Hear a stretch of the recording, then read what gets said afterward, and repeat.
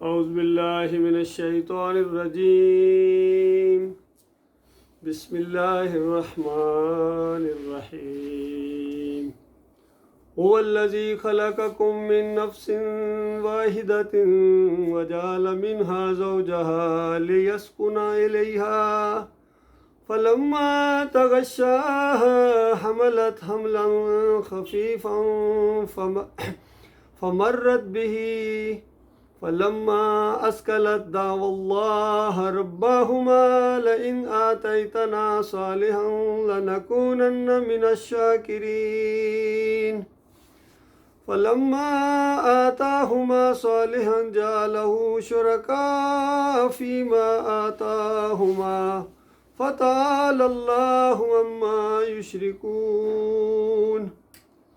أَيُشْرِكُونَ مَا لَا يَخْلُقُ شَيْئًا وَهُمْ يُخْلَقُونَ۔ یہ سورۃ الاعراف کا آخری رکوع ہے۔ سورہ الاعراف کے اندر بہت زبردست توحید کی دعوت دی گئی ہے، شرک کا رد کیا گیا ہے، آخرت کے اوپر زور دیا گیا ہے۔ اب اس آخری رکوع کے اندر گویا اسی مضمون کو سمیٹ دیا گیا ہے، ایک مختلف اینگل سے یہ بات پھر سامنے لائی جا رہی، وہی بات۔ اور کتنی ہماری خوش قسمتی ہے کہ بار بار اور ہر ہفتے ہمیں یہاں جمع ہونے کا موقع ملتا ہے، ایمان مضبوط کرنے کا موقع ملتا ہے، اللہ کی باتیں سننے اور سنانے کا موقع ملتا ہے۔ جہاں ذاتی طور پر اس سے فائدہ اٹھانا ہے، وہاں یہ نیت بھی رکھنی ہے کہ اس پیغام کو دوسروں تک پہنچانا ہے۔ جس طرح آج یہ ماحول آپ دیکھ رہے ہیں کہ ہم نے کبھی تعداد کی پرواہ نہیں کی ہے کہ کون آتا ہے کون نہیں آتا ہے، کون برا مناتا ہے اور کون دشمن بن جاتا ہے، اس چیز کی پرواہ کیے بغیر ہم اللہ کی وحدانیت کا پیغام پہنچا رہے ہیں۔ تو یہ چیز بھی یہاں سے لے کے جانی ہے اور اپنے اپنے علاقے کے اندر، اپنے اپنے ملکوں کے اندر اس چیز کا آپ نے درس دینا ہے، تبلیغ کرنی ہے، اللہ کی وحدانیت کو بیان کرنا ہے۔ اور یہ یاد رکھیں، یہ کائنات کی سب سے بڑی دولت ہے، کائنات کا سب سے بڑا یہ احسان ہے اللہ کے اوپر، انسان کے اوپر، کہ کسی کو اللہ کی توحید بیان کرنے کا موقع ملے، شرک کا رد کرنے کا موقع ملے۔ کیونکہ شرک اور توحید کے درمیان زمین اور آسمان کا فرق ہے۔ جہاں توحید ہوگی، ایمان خالص ہوگا، وہاں اللہ کی رحمت برسے گی، فرشتے آ کے اس کو ہلکا بنا لیتے ہیں، فرشتے ان کے لیے دعائیں کرتے ہیں اور اللہ ان سے راضی ہوتا ہے، مالک ان کو اور زیادہ ہدایت دیتا ہے، اور زیادہ روشنیوں میں لے کے آتا ہے۔ ایسے مخلص لوگوں کو ان کا دل مضبوط کرتا ہے اللہ تعالیٰ، قائم رکھتا ہے ان کو، ان کی طرف سے مدافعت کرتا ہے۔ اندازہ لگائیے کتنے ہمارے دشمن ہمارے خلاف پلاننگیں کر رہے ہوتے ہیں، باتیں کر رہے ہوتے ہیں، ہمیں پتہ بھی نہیں چلتا ہے، لیکن یقین کریں ہمارا مالک اور خالق بتاتا ہے کہ میں مومنوں تمہاری طرف سے مدافعت کرتا ہوں تمہاری، میں ان کا زور توڑتا ہوں، میں ان کی پلاننگ کو توڑ دیتا ہوں، میں ان کی چالوں کو انہی کے اوپر الٹ دیتا ہوں۔ تو مالک کتنا زیادہ مومنوں کے ساتھ رحیم ہے، شفیق ہے، اور کتنی گہری وابستگی ہے مالک کے اپنے مومن بندوں کے ساتھ۔ اس کا الٹ ہے، شرک ہے۔ جہاں شرک ہوتا ہے وہاں اللہ کی لعنت برستی ہے، ان کا کوئی عمل اللہ قبول نہیں کرتا۔ اندازہ لگائیے ان کا نیک کام بھی اللہ تعالیٰ قبول نہیں کرتا ہے، پہاڑوں جیسے اعمال بھی لے کر آئیں گے شرک کے ساتھ، ان کے منہ کے اوپر دے مارے جائیں گے۔ اس طرح شرک کا اللہ دشمن ہے۔ تو آپ دیکھیے کہ ہر اینگل سے وہی بات ہے۔ اس سے پہلی آیات جو اس سے پچھلے رکوع میں چیزیں آ رہی تھیں، وہاں بتایا گیا نبی علیہ السلام کے منہ سے یہ بات نکلوائی گئی۔ اس دور میں لاؤڈ سپیکر ہوتے تو لاؤڈ سپیکر کے اوپر اعلان کیا جاتا، میگا فون ہوتے تو میگا فون کے اوپر اعلان کیا جاتا، دوسری ٹیکنالوجی ہوتی تو اس کا بھی استعمال کیا جاتا اور اعلان کیا جاتا ہے کہ سنو لوگوں، قل لا املک لنفسی نفعا ولا ضرا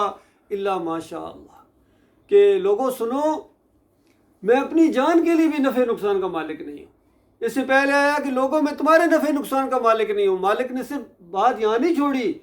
کہ بعض والے لوگ یہ کہہ سکتے تھے ہاں نبی علیہ السلام نے کہا ہے کہ لوگوں میں تمہارے نفع نقصان کا مالک نہیں ہوں، اپنے کے تو وہ تھے، لیکن یہاں بتایا گیا کہ اپنے بارے میں بھی اعلان کرو تاکہ کسی قسم کا کوئی شک اور شبہ باقی نہ رہے۔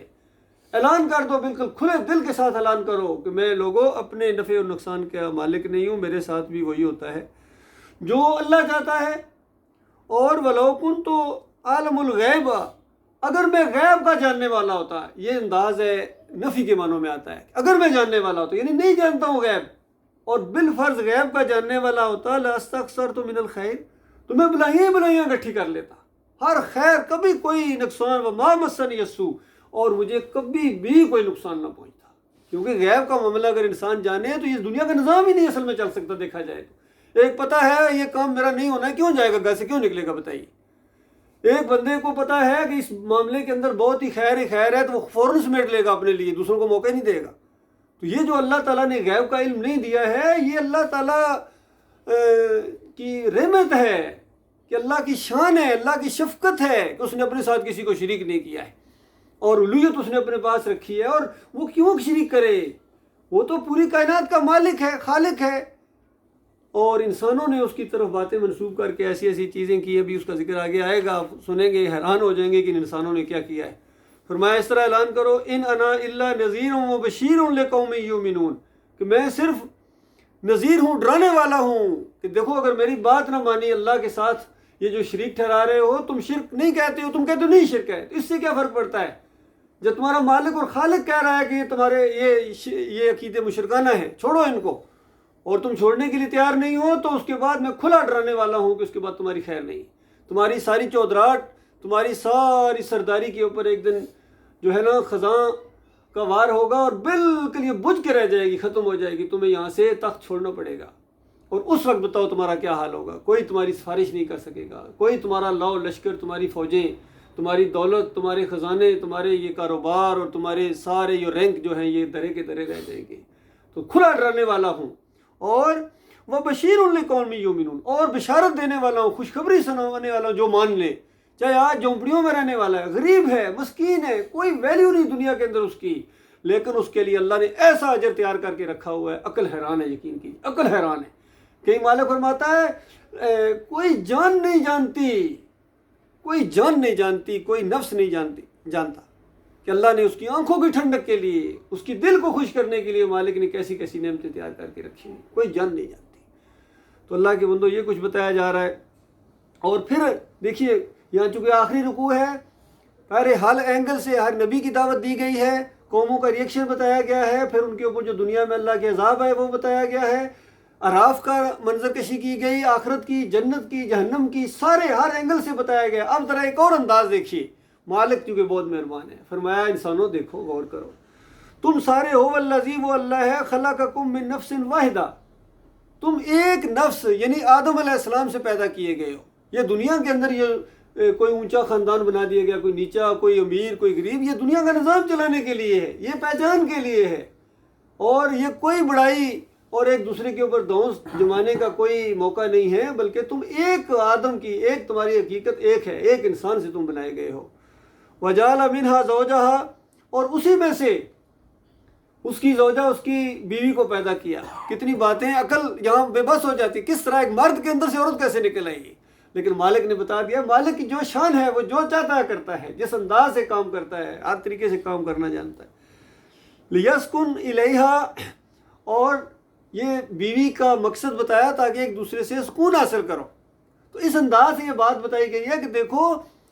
تم یہ دوسروں کو پکارتے ہو، دوسروں سے اولادیں مانگتے ہو، تو بتاؤ پہلے انسان کو کس نے بنایا تھا؟ اس کو اللہ نے بنایا تھا، اور اسی سے آگے نسل چلائی ہے،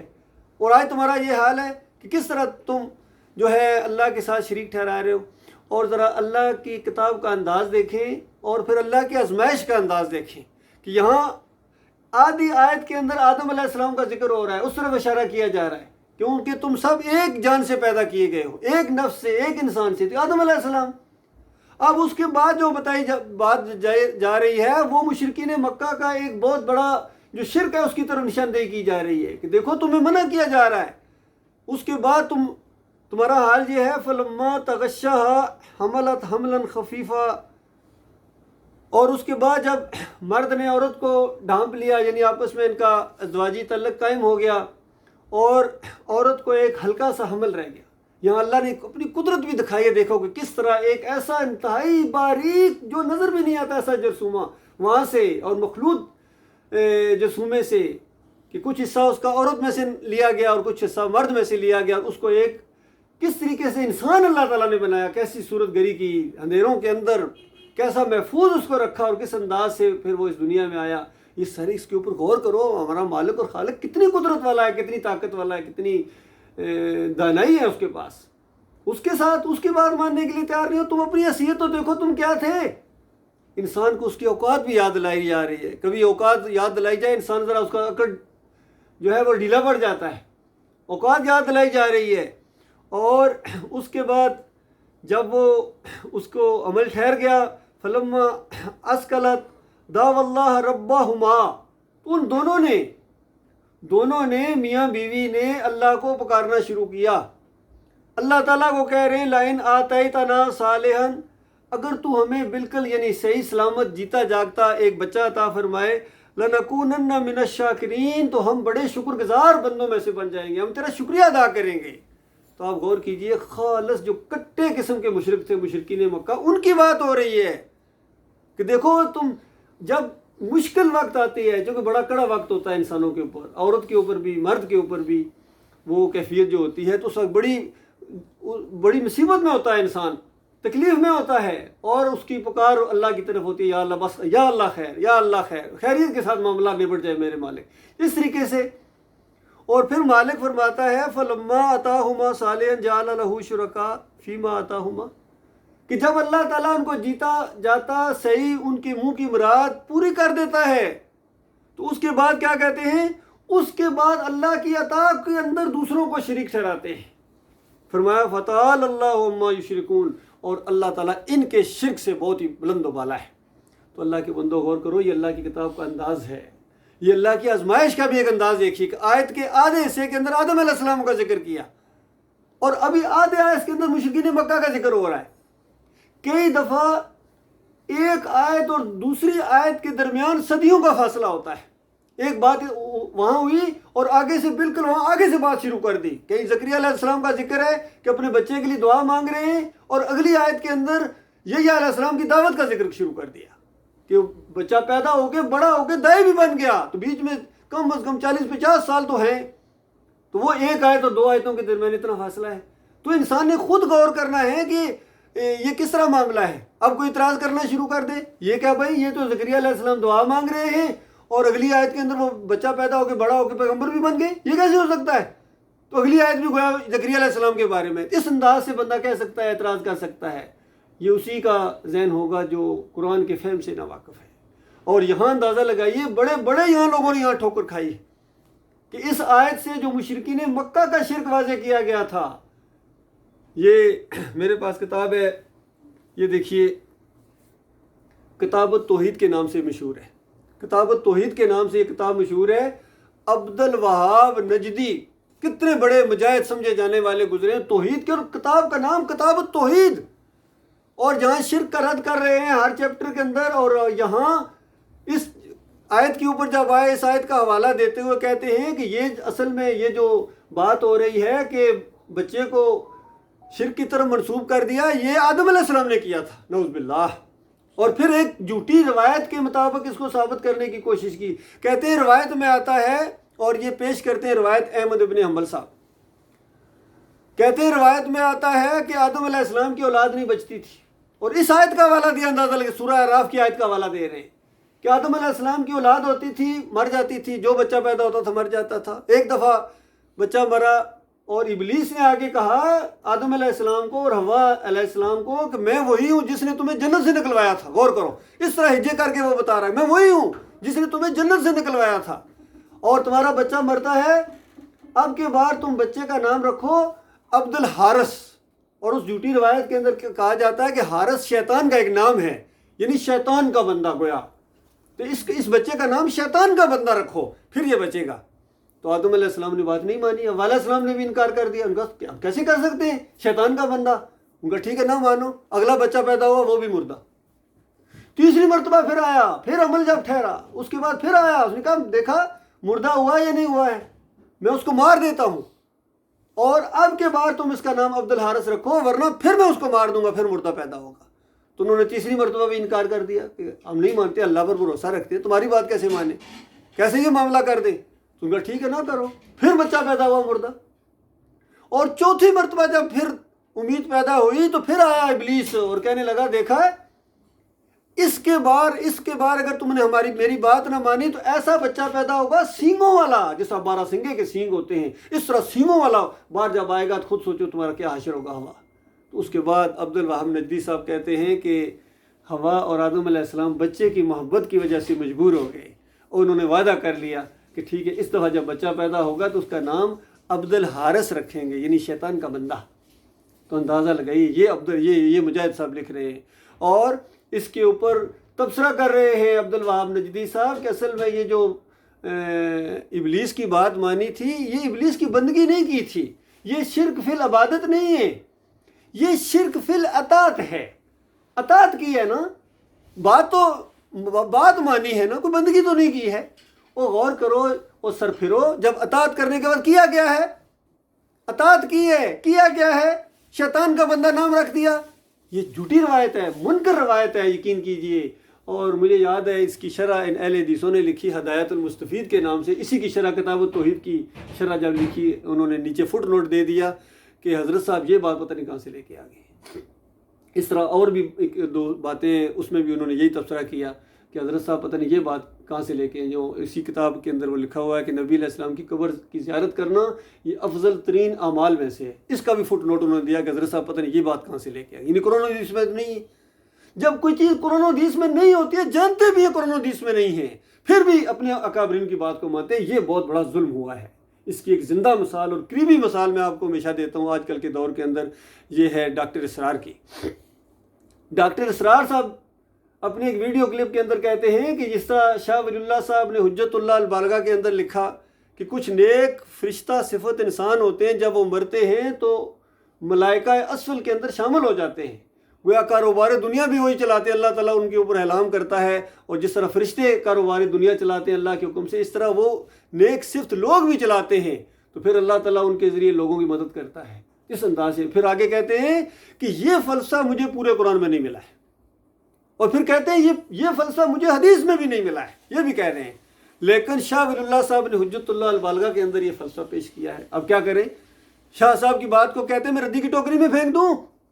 اس کی بھی تو اہمیت ہے میرے نزدیک، اس کی بھی سند ہے میرے نزدیک، حجت ہے حجت اللہ البالغہ کے اندر، چونکہ اس نے خود لکھا ہے۔ تو اندازہ لگائیے یہ بات ہوئی ہے اللہ کے بندو، یہ بات سمجھ جاؤ تو پورا سسٹم جو گڑبڑ ہوا ہے آپ کو سمجھ میں آ جائے گا کہ اللہ کی بات کے مقابلے میں جو لوگوں نے سر اٹھائے ہوئے ہیں، ان کی پگڑیاں بہت اونچی ہیں، ان کے القاب بہت بڑے ہیں، کون آنکھ ملائے ان کے ساتھ، کون ان کے ساتھ پھٹا کرے، کون ان کے ساتھ پنگا لے، اس کے بعد پوری دنیا حرکت میں آ جائے گی، پوری دنیا کے ساتھ مخالفت ہو جائے گی۔ باقی جو مرنے کے بعد فرشتے گرز ماریں گے، جہنم کی طرف کھینچ کے لے گئے کہ اللہ کی لعنت پڑے گی، وہ دیکھا جائے گا، دیکھ لیں گے، دیکھ کیا لوگ ہوگا۔ تو اللہ کے بندو اس طرح انہوں نے کفر و شرک پھیلایا۔ تو میرے پیارے بھائیو غور کرو، جہاں بات آ جائے انبیاء کی وہاں مطلب سمجھا جاتا ہے پورے قرآن کے مطابق کیا عقیدہ ایمان ہے۔ اللہ تعالیٰ تو کہتا ہے ان اللہ اصطفیٰ آدم، ہم نے آدم کو بزرگی عطا فرمائی، عزت عطا فرمائی، اللہ تعالیٰ نے ان کو نبی بنایا اور اپنی آنکھوں سے دکھایا، اور کہا کہ جب اس نے پھسلا دیا بھول گئے ایک معاملے میں تو اللہ تعالیٰ نے زور دے کے کہا آدم میں نے نہیں کہا تھا یہ تمہارا دشمن ہے، اس کی بات نہ ماننا۔ تو اتنی تاکید کے بعد پھر کیا آپ امید رکھتے ہیں کہ جو آگے کہہ رہا ہے کہ میں وہی ہوں جس نے تمہیں جنت سے نکلوایا، میری بات مانو اللہ کے مقابلے میں؟ کبھی ہو سکتا ہے؟ تو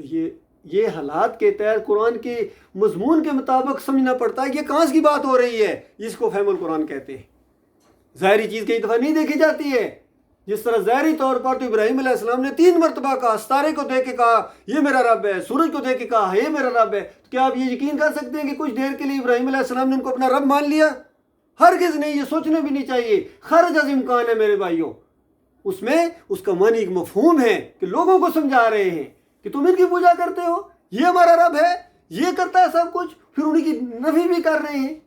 تو اس طرح قرآن کے اندر جہاں بھی کوئی چیز آتی ہے ایمان عقیدے کے خلاف اگر محسوس ہو رہی ہو تو پورے قرآن کی نص کے مطابق اس کو کیا جاتا ہے۔ اسی طریقے سے وہ جو وَخَرُّوا لَهُ سُجَّدًا کہ وہ سارے کے سارے سجدے میں گر گئے، اب اللہ کا نام وہاں نہیں ہے، تو بھائی جب سجدے کا معاملہ ہے تو اللہ کے سامنے سجدہ ریز ہو گئے، پورا خاندان یعقوب علیہ السلام اللہ کے سامنے سجدہ ریز ہو گیا۔ اور پھر قرآن کی نص سے سورہ مریم 58 نمبر آیت کے سارے انبیاء اللہ کے سامنے سجدہ ریز ہوتے ہیں، جب بھی ان کے سامنے اللہ کی نشانی آتی ہے وہ سجدہ ریز ہوتے ہیں، اور یہی سارے انبیاء کی دعوت ہے، پورے قرآن کی دعوت ہے۔ توحید کی دعوت ہے، رد شرک کی دعوت ہے، تو اس کو پھر لے کے جانا کہ یوسف علیہ السلام کے سامنے سجدہ ریز ہو گئے، جس طرح دعوت القرآن کے اندر حنیف صاحب نے لکھ دیا، ابن کثیر کی تفسیر کو آگے بڑھایا، تو یہ بہت بڑی جہالت ہے اللہ کے بندوں۔ قرآن کا ایک بڑا واضح پیغام ہے، بڑا واضح مضمون ہے، تو اس انداز سے بتایا کہ فتعال اللہ عما یشرکون، ان سب کو یہی جواب ہے اللہ کی طرف سے۔ جس نے بھی اس شرک کی طرف پھیرنے کی کوشش کی ہے، قرآن کی دعوت کو شرک میں بدلنے کی کوشش کی ہے، فتعال اللہ عما یشرکون، ان کے شرک سے اللہ تعالیٰ بالکل پاک ہے۔ اور کہا کہ ایشرکون ما لا یخلق شیئا وہم یخلقون، کہ ان کی طرف تم اپنا رخ کرتے ہو، ان کو رکوع اور سجدے کرتے ہو، ان سے اولادیں مانگتے ہو اور ان کی پکاریں لگاتے ہو جنہوں نے کچھ بھی پیدا نہیں کیا بلکہ خود پیدا کیے گئے ہیں۔ اگر اللہ ان کو پیدا نہ کرتا ان کا وجود نہ ہوتا۔ دوسری جگہ فرمایا اموات غیر احیاء، یہ مردہ ہے، ان کے اندر زندگی کی رمق تک باقی نہیں۔ والذین یدعون من دون اللہ لا یخلقون شیئا وہم یخلقون، وہاں بھی اسی طرح کچھ بھی پیدا نہیں کیا ہے بلکہ خود پیدا کیے گئے ہیں۔ اور یہاں بتایا گیا کہ ان کو شریک ٹھہراتے ہیں جنہوں نے کچھ بھی پیدا نہیں کیا بلکہ خود پیدا کیے گئے ہیں۔ اور ولا یستطیعون لهم نصرا ولا انفسهم ینصرون، اور نہ کسی قسم کی مدد کرنے کی کوئی طاقت رکھتے ہیں، نہ اپنے مشکل کشا وہ نہیں تھے، اپنے داتا دستگیر نہیں تھے۔ تو اللہ کے بندوں غور کرو، یہ بڑی سادہ دعوت ہے اور قرآن کا یہ پیغام ہے، اور قرآن سے منہ پھیرنے کی وجہ سے ان کو یہ ذلت اور خواری پوری دنیا میں، اور جتنی پوری دنیا میں یہ انسانیت کے اوپر اللہ کے عذاب آ رہے ہیں، چیخ و پکار لگی ہوئی ہے، نفرتیں ہیں، جھگڑے ہیں، یہ اسی وجہ سے ہے کہ انسانیت نے اپنے مالک اور خالق کی بات ماننے کی بجائے اپنی بات مانی ہے، یا اپنے بڑوں کی بات کو مانا ہے، اللہ کی بات کو بالکل پیچھے کر دیا، جیسے جانتے ہی نہیں ہیں، جیسے ہوش ہی نہیں ہے ان کو۔ تو کوئی ان کا دیکھیے اس ماڈرن دنیا کے اندر بھی رہے کہ اتنے پڑھے لکھے ہونے کے باوجود بھی ان کے مسئلے نہیں حل ہو رہے ہیں، اور ان کی آپس میں نفرتیں نہیں ختم ہو رہی ہیں۔ اور کتنی سادہ بات ہے اگر ایمان کی بات کو مان لے، یہ انبیاء کا یہ طریقہ ہوتا ہے۔ اور آخری نبی محمد صلی اللہ علیہ وسلم نے دیکھو کس طرح ان لوگوں کو جو کتنی نفرتیں کرتے تھے، لڑائیاں جھگڑے کرتے تھے، 100 سال ان کی لڑائیاں آگے بڑھتی جاتی تھیں۔ مکی لوگوں کی بھی چھوٹی چھوٹی باتوں پر جھگڑے کرتے تھے، کہیں پانی پینے پلانے پہ جھگڑا، کہیں گھوڑا آگے دوڑانے پہ جھگڑا، ایسے چھوٹی چھوٹی باتوں پر جھگڑا کرتے تھے۔ پھر مدینے میں بھی اوس اور خزرج 2 قبیلے ہیں، اتنی خونی جنگیں ان کے اندر ہوتی تھی، اتنی نفرتیں تھیں،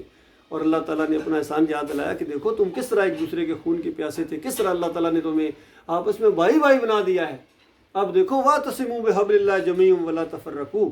اپنی اس جمعیت کو، اپنی جو ایمان کی آپس میں محبت پیدا ہوئی ہے، اس کو مضبوطی کے ساتھ، اللہ کی اس رسی کو، قرآن کو تم مضبوطی کے ساتھ پکڑ لو، اور آپس میں تفرقہ بازیاں نہ کرو۔ یہ بڑی پتے کی اور بنیادی بات ہے۔ جب تک اللہ اور اللہ کے رسول کی اطاعت کی جائے گی فرقہ نہیں بنے گا، کسی صورت میں فرقہ نہیں بن سکتا ہے۔ فرقہ اس وقت بنے گا جب اللہ اور اللہ کے رسول کی بات کے مقابلے میں اپنے علماء کی، اپنے اکابرین کی باتوں کو اہمیت دی جائے گی، ان کو مانا جائے گا، اور جانتے بوجھتے کہ قرآن میں یہ ہے، حدیث میں یہ ہے، لیکن کیا کریں، ہمارے حضرت نے جو یہ فرما دیا ہے، بس اس طریقے سے انہوں نے اپنے اکابرین کی بات کو مان کے اللہ کی بات کو پیچھے کر دیا۔ اس وجہ سے یہ فرقے بنے ہیں، اور فرقے ختم کرنے کی جتنی کوششیں ہو رہی ہیں کبھی بھی یہ فرقے نہیں ختم ہوں گے۔ اگر فرقے ختم کرنے ہیں تو جن لوگوں نے کفر و شرک پھیلایا ہے، جنہوں نے اللہ اور اللہ کے رسول کی اطاعت سے ہٹایا ہے، ان کے اوپر جب تک کفر کا فتویٰ نہیں لگے گا، یہ سارے طاغوت تھے بے ایمانوں نے اپنی جلائی ہے اللہ کی کتاب کے مقابلے میں، تب تک یہ فرقہ بندی نہیں ختم ہو سکتی ہے، گروہ بندی نہیں ختم ہو سکتی ہے، اللہ کے عذاب کا کوڑا نہیں رکے گا۔ اور یہ تمہید ہے دنیا کے اندر، اپنی آنکھوں سے دیکھو، مالک کو ذرا بھی ان کے اوپر ترس نہیں آ رہا ہے۔ اپنے باغیوں کو، کافروں کو، مشرکوں کو اللہ تعالیٰ نے ان کے اوپر مسلط کیا، جو ان کو عذاب دیتے ہیں، اذیت دیتے ہیں، ترس نہیں کھاتے ہیں۔ تو یہ معاملہ ہوا ہے اللہ کے بندوں۔ لہذا جو ذرا بھی اپنا خیر خواہ ہے، اپنے اہل و عیال کا خیر خواہ ہے، اپنے علاقے کا، اپنے ملک کا، اپنی قوم کا، اور پھر انسانیت کا خیر خواہ، اس کو یہ مسئلہ بیان کرنا پڑے گا۔ اس مسئلے کے علاوہ باقی سارے مسئلے اگر کوئی اور مسئلہ بیان کرتا ہے، کوئی اور طریقہ اختیار کرتا ہے، تو یہ شیطانی طریقہ، اس میں خیر نہیں ہے۔ اللہ تعالیٰ ایمان خالص کے اوپر جم جانے کی توفیق عطا فرمائے۔ وقول قولی ھذا استغفر اللہ لی ولکم۔